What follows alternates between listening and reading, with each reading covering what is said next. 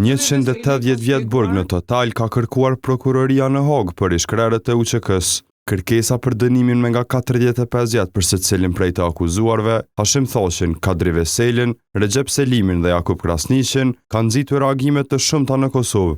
Ndër të parët që aktivizua ishte kryetari i veteranëve, Hysni Gucoti.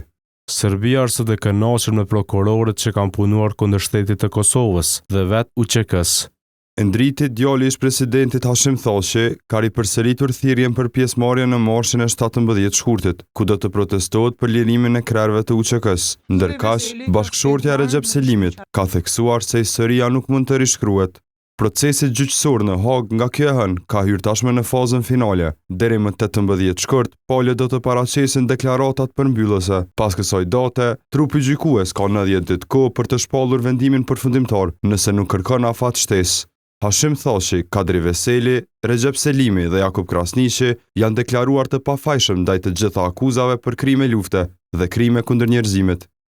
Shënjestër.net